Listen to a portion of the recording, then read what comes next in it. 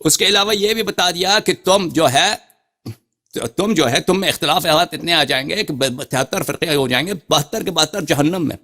اور یہ بھی بتایا کہ میری جو سب سے زیادہ خوف ہے میری امت پر وہ کیا ہے کہ میرے بعد ائمہ مضلون آئیں گے، گمراہ کرنے والے خلفاء، گمراہ کرنے والے امام آئیں گے، لوگوں کو گمراہ کریں گے. یہ بھی بتایا تھا. ہاں، صحابہ کی تو یہ حالت تھی کہ ان کے حیات میں کسی کو نماز نہیں آتی.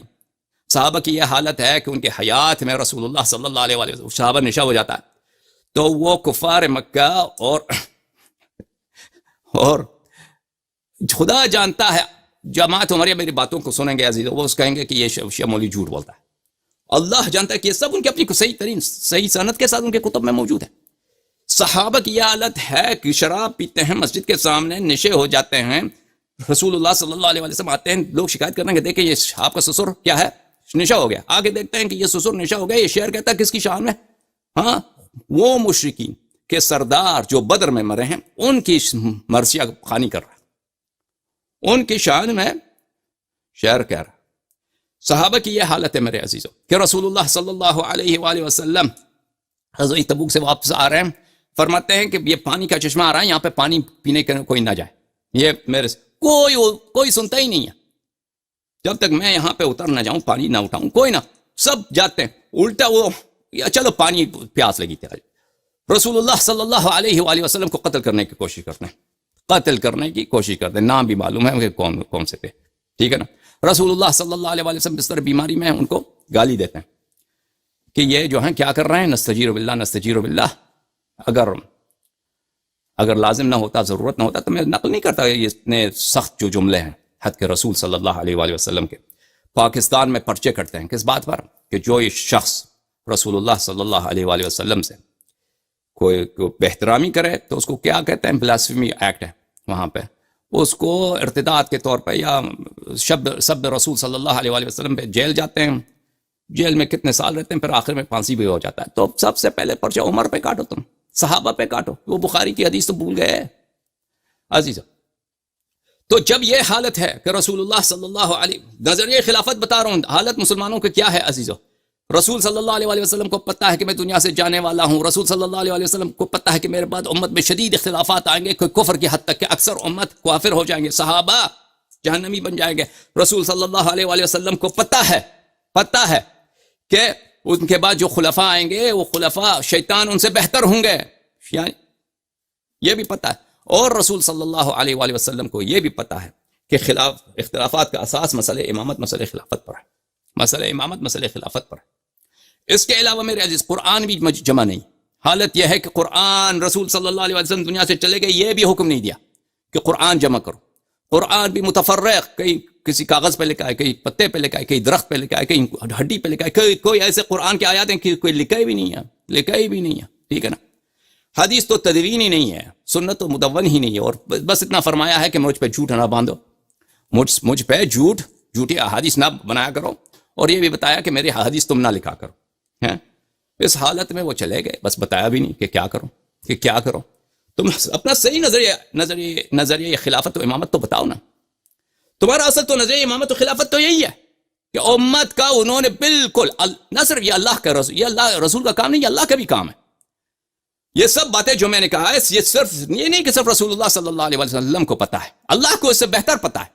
تو نہ اللہ نے اور نہ اس کے رسول صلی اللہ علیہ وسلم نے ان کو پتہ ہی نہیں، پرواہ ہی نہیں ہے کیا کہ اس دین کا کام. آیت تو قرآن میں اتنی موٹی، الیوم اکملت لکم دینکم واتممت علیکم نعمتی ورضیت لکم الاسلام. دین کامل ہے، دین کامل میں اسلام سے راضی. اور اتنا ہے کوئی وہ ملا نصر الدین کا جو قبر ہے، ملا نصر الدین کے قبر کا آپ نے کہانی سنی ہے؟ چاروں طرف سے دیوار ہے، 3 طرف سے دیوار ہے، دروازہ ہے، اس میں بہت بڑا لاک ہے، تالا لگا ہوا ہے، اور ایک طرف سے دیوار ہی نہیں. یہ تو کون سی الیوم اکملت لکم دینکم، اس سے بڑا اسلام کے دیواروں میں اس سے بڑا اتنا دراڑ کہاں، بلکہ ایک سائڈ سے دیوار ہی نہیں ہے. وہ سب سے جو اہم قضیہ ہے امامت و خلافت و جانشینی کا، کہ ابھی تک اس مسئلے پہ اختلاف آ رہا ہے. اور ہم سب کو پتہ ہے کہ جس مسئلے پہ بھی ہم مسلمانوں میں اختلاف ہے، اگر توحید میں اختلاف ہے، صفات باری تعالیٰ میں اختلاف ہے، اسماء میں اختلاف ہے، صفات انبیاء، سیرت انبیاء، سیرت رسول اللہ صلی اللہ علیہ وآلہ وسلم، اصول دین فروع دین میں اختلاف ہے تو اس کا اساس مسئلہ امامت و خلافت پر ہے. تو اس مسئلے کو تو ادھوری چھوڑ دیا نا. دیکھو یہ کہتے ہیں کہ ہمارا عقیدہ یہ ہے کہ امت اختیار کرتا ہے، جو سب سے اچھا ہوتا ہے امت راضی ہو جائیں گے، کسی سے بیعت کریں گے. تو اس کی حدیث دکھاؤ نا. اگر واقعاً رسول اللہ صلی اللہ علیہ وآلہ وسلم دنیا سے چلے گئے اور یہ بتایا کہ بھئی کسی مصالح کے بنا پر اللہ نے فرمایا ہے کہ تم تعین نہ کرو، اتنا اہم مسئلہ ہم بیان، تو تم انتخاب کرو، تو وہ بھی تو بتاؤ نا، وہی دکھاؤ ہمیں. وہ بھی تو نہیں بتایا. چلو مان لیا کہ اختیار پر ہے، اختیار پر ہے. تو ابو بکر کو کیا مرض لگی تھی؟ ابو بکر کو اس کو کیا بیماری تھی کہ اس نے اپنے بات نصب کر دیا عمر کو؟ اگر اختیار پر ہے، اگر الیکشن لڑنا ہے، خلیفہ جب مرتا ہے تو اس کے جانشین کی الیکشن ہونی چاہیے. تو عمر کی خلافت کی کیا توجیہ ہے؟ اس کی خلافت، اس ابو بکر کی اس خلافت کی کیا؟ یہ سوائے یہ کہ اس نے مخالفت کی ہے ایک حکم رسول صلی اللہ علیہ وآلہ وسلم کے. لیکن بات تم صحیح بتاؤ کہ حکم رسول ہے ہی نہیں اس مسئلے پر. بس کلی آیت ہے وَأَمْرُهُمْ شُورَىٰ بَيْنَهُمْ، مسلمان آپس میں مشورے کرتے ہیں. وہ تو مشورے کرتے ہیں. ہم مسئلے خلافت کی بالخصوص بات کرتے ہیں. اس مسئلے پہ اتنے خون بہے ہیں، خون بہ رہا ہے آج، خون اس مسئلے پہ آج بہ رہا ہے مسلمانوں کا. ہر لوگ اتنے گمراہ ہو گئے. کیوں؟ رسول اللہ صلی اللہ علیہ وآلہ وسلم سے آپ کے پاس کوئی حدیث ہی نہیں ہے. ٹھیک ہے نا؟ اللہ سے کیوں کوئی نص نہیں ہے آپ کے پاس؟ آپ ادعا کرتے ہیں کہ آپ کا دین کامل ہے.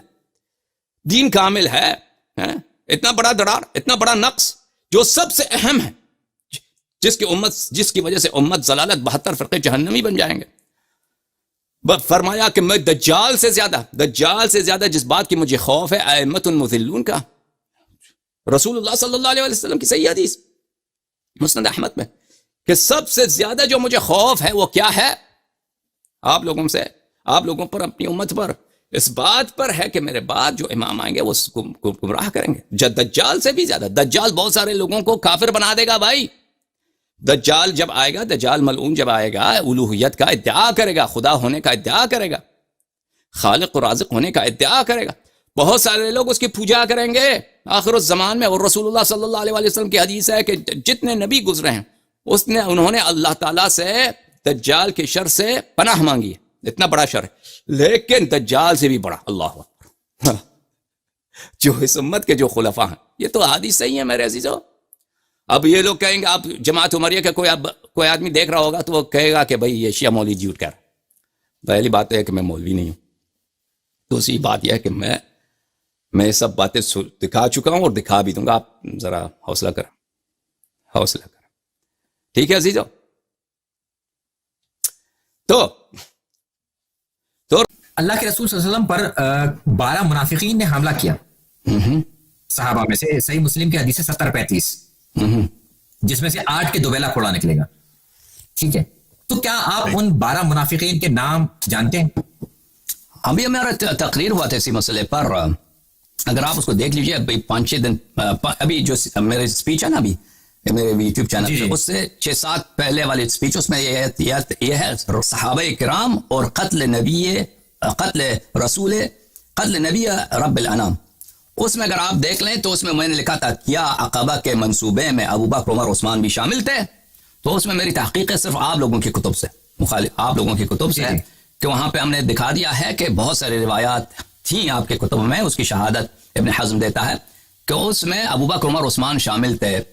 اس کے علاوہ بھی صحابت شامل تھے ان لوگوں میں جنہوں نے عقبہ میں غزوہ تبوک سے واپسی پر رسول اللہ صلی اللہ علیہ وسلم کو قتل کرنے کی کوشش کی. یہ شیعوں کی کتاب نہیں ہے جس کا میں حوالہ دے رہا ہوں، یہ آپ لوگوں کی کتاب ہے. تو وہ کیا حدیث کی کتابیں ہیں یا تاریخی کتب ہیں؟ وہ آپ ادھر دیکھ لیجئے، سب آپ کے کتابیں اور سب آپ کی حدیثیں ہیں. نہیں، وہ اصل میں کچھ حدیثوں کو تو میں بھی جانتا ہوں جس کی سند پوری نہیں ملتی، پھر وہ ایک ہی راوی پر جرح ہو رہی ہے، باقی راوی کو چیزیں موجود نہیں ہے اس کے اندر. وہ یہ ہے کہ دیکھیں آپ، وہ مجھے صحیح سند کے ساتھ اور صحیح بک کے ساتھ نہیں ملی. جسے ہم کہیں کہ یہ مسئلہ بہت حساس ہے کہ کیا خلفاء ثلاثہ تھے، انہوں نے اس معاملے میں شریک تھے یا نہیں تھے. یہ تو آپ جانتے ہیں بہت سینسیٹیو ہے. اور یہاں پر آپ ابھی اسی اسپیچ میں نے اشارہ بھی کیا، اسی میں بس کتابیں بھی دکھائیں، آپ دیکھ لیں اس میں کہ آپ لوگوں کے جو عالم دین ہیں یہ ابھی سے متاثر نہیں بنے ہیں، یہ شروع میں بھی اسی طرح جتنے پیچھے جائیں اسی طرح تعصب تھے ان میں، یعنی ابو بکر عمر کی محبت اور ابو بکر عمر عثمان کی کا دفاع کرنا، ان کے کاموں کو صحیح دکھانا. تو اس زمانے میں نے اب یہ ایک بہت بڑا موضوع ہے کہ کس طرح احادیث فلٹر ہو گئی ہیں، احادیث کم پہنچی ہمارے نزدیک، اور کس طرح اجازت دیں مجھے ایک منٹ، کس طرح مختلف ادوار میں کتابیں جلائی گئی ہیں، احادیث کو برباد کیا. آپ کے علماء نے فتوے دیے ہیں کہ ابو بکر عمر عثمان کے خلاف کسی طرح کی حدیث نقل نہیں کیا جائے. آپ کے جو بخاری کے مشائخ تھے، میں نہیں کہہ رہا شیعہ کتب، بخاری کے جن لوگوں پہ بخاری اعتماد کرتا تھا، جو اپنے زمانے میں شیخ اسلام تھے، ان کے کتب کو جلایا گیا ہے. یہ کوئی چھوٹی باتیں نہیں، آپ اس کو توجہ دیں، ذہن میں رکھیں، پھر وہ میرا اسپیچ دیکھ لیں. تو ابن حزم ظاہری جو بہت بڑا فقیہ ہے، بہت بڑا محدث ہے، اور اس کی وفات ظاہراً 5ویں صدی میں ہے، وہ خود اپنی کتاب میں کہتا ہے، المحلہ میں کہتا ہے کہ بہت ساری احادیث ہیں ولید ابن جمیع سے، بہت ساری احادیث ولید ابن جمیع سے، جس میں یہی ہے کہ ابو بکر عمر عثمان نے رسول اللہ صلی اللہ علیہ وسلم کو عقبہ میں قتل کرنے کی کوشش کی. تو یہ احادیث ابھی ہمارے ہاتھ میں نہیں ہے. ہمارے پاس جو احادیث ہیں یہ ہے کہ صحابہ نے قتل کرنے کی کوشش کی. وہ صحابہ کون ہیں؟ تو ابن حزم خود شہادت دیتا ہے کہ بہت ساری احادیث ہیں جو ولید ابن جمیع سے مروی ہیں، لیکن ولید ابن جمیع ثقہ نہیں ہے.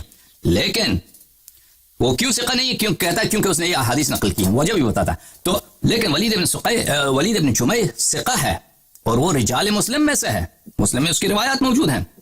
تو بات یہ ہے، تو اب وہ احادیث ہم تک نہیں پہنچی ہیں کیونکہ مسئلہ اتنا اہم ہے. وہ کوئی چھوٹا کوئی عالم دین اس کو نقل کرنا، اس کو اپنی کتاب میں لکھنا بھی جرات نہیں کرتا، ہمیشہ یہ رہا. تو وہ احادیث ضائع ہو گئی ہیں، لیکن وہ شہادت موجود ہے آپ کے علماء کا کہ اس واقعے میں کون کون لوگ شامل تھے. اور یہ خود ابن حزم کا کہ یہ ایک حدیث نہیں ہے، کئی ایک احادیث ہے، اس کی شہادت. اور یہ کہ وہ ولید ابن جمیع سے ہے، اور ولید ابن جمیع کی ثقہ ہے یا نہیں، وہ میری اس بحث میں دیکھ لیجیے، وہ پوری طرح میں نے بتا دیا. وہاں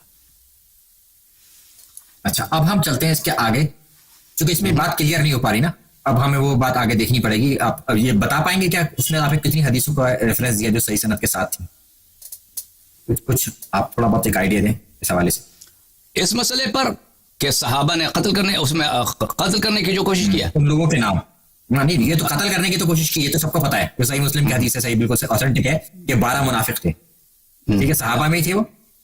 منافق وہ ہوگا جو پہلے اسلام میں ہوگا سب کے ظاہری، اور اندر سے منافق ہوگا. منافق اسے تو کہیں گے جو اسلام قبول کر چکا ہو ظاہری میں مگر اندر سے نہ کیا ہو. جی تو وہ تھے تو صحابی. جی تو اگر کوئی حدیث کی کتاب سے کوئی صحیح سند کے ساتھ چیز موجود ہو تو وہ آپ ڈسپلے ضرور کریں. میں نے عرض کیا نا ابھی جو میں نے آپ کو سوال، یہ ایک منٹ میں آپ کو دکھاتا ہوں، چلا گیا، ایک منٹ بھائی. اگر آپ میرے یوٹیوب چینل پہ جائیں تو وہاں پر میں دیکھ لوں گا، آپ مجھے اپنے ایڈمن سے کہہ دیجیے لنک شیئر کر دیں. وہاں پر آپ کو یہ اسپیچ نظر آئے گا، یہ ہے کیا عقبہ کے منصوبے میں، یہ والا اسپیچ، کیا اساسینیشن اٹمپٹ آف رسول اللہ بائی صحابہ. اس میں نے بتا دیا میرے پاس جو دلیل ہے آپ کے کتب سے وہی ہے، آپ کے کتب سے میرے پاس جو دلیل ہے کہ کیا اس میں ابو بکر عمر عثمان شامل تھے، اس میں ابن حزم کی شہادت اس پس منظر کے ساتھ کہ آپ کے مذہب میں احادیث کی فلٹرنگ کا سلسلہ، چاہے وہ حدیث صحیح کیوں نہ ہو، ان کو جلانا، ان کو محو کرنا، یہ ایک بہت اس کی تاریخ ہے. تو وہ احادیث آپ کہتے ہیں کتنے ریفرنسز ہیں میرے پاس، وہ احادیث ہم تک نہیں پہنچی ہیں. لیکن اتنا بڑا عالم جو وہ اس کو جھوٹ بولنے کی کوئی ضرورت نہیں ہے. اس حساس مسئلے پر اس کی شہادت موجود ہے کہ ایسے احادیث اس کے زمانے میں 5ویں صدی میں بہت تھی، جس میں یہ تھا کہ یہ لوگ اس منصوبے میں شریک تھے. اور اس احادیث کی ضعف کی صرف ایک ہی وجہ ہے، وہ ہے ولید ابن جمیع، اور ولید ابن جمیع ثقہ ہے. جی مجھے امید رکھتا ہوں وہ مطلب ایکچوئل میں وہ چیز موجود نہیں ہے، اویلیبل نہیں ہے، یہ کہنا چاہ رہے ہیں نا آپ؟ یہ عرض کر رہا ہوں. جی ہاں بالکل صحیح کر رہا ہوں، جو موجود ہے وہی اعتراف ہے ابن حزم کا. جی ہاں وہ ایک ورژن ہے، کسی کا اپنا ذاتی نظریہ ہے، نظریہ نہیں ہے، نیریشن ہے، نہیں نظریہ نہیں، اوپینین نہیں ہے. وہ کہہ رہا کہ یہ احادیث موجود ہیں، یعنی وہ کہہ رہا کہ موجود، وہ شہادت دے رہا، وہ یہ اپنا اوپینین نہیں بتا رہا کہ میرا اوپینین ہے. اس کا اوپینین کیا؟ اوپینین اس کا یہ ہے کہ ولید ابن جمیع ثقہ نہیں ہے، یہ اوپینین ہے، اس کا نظر ہے. لیکن وہ جو شہادت دے رہا کہ یہ احادیث ہمارے پاس موجود ہیں، یہ تو اس کی شہادت ہے، یہ اوپینین نہیں ہے، وہ فیکٹ بتا رہا ہے. ٹھیک ہے، اب ہم چلتے ہیں اس کے آگے تھوڑا سا فدق کے اوپر. جی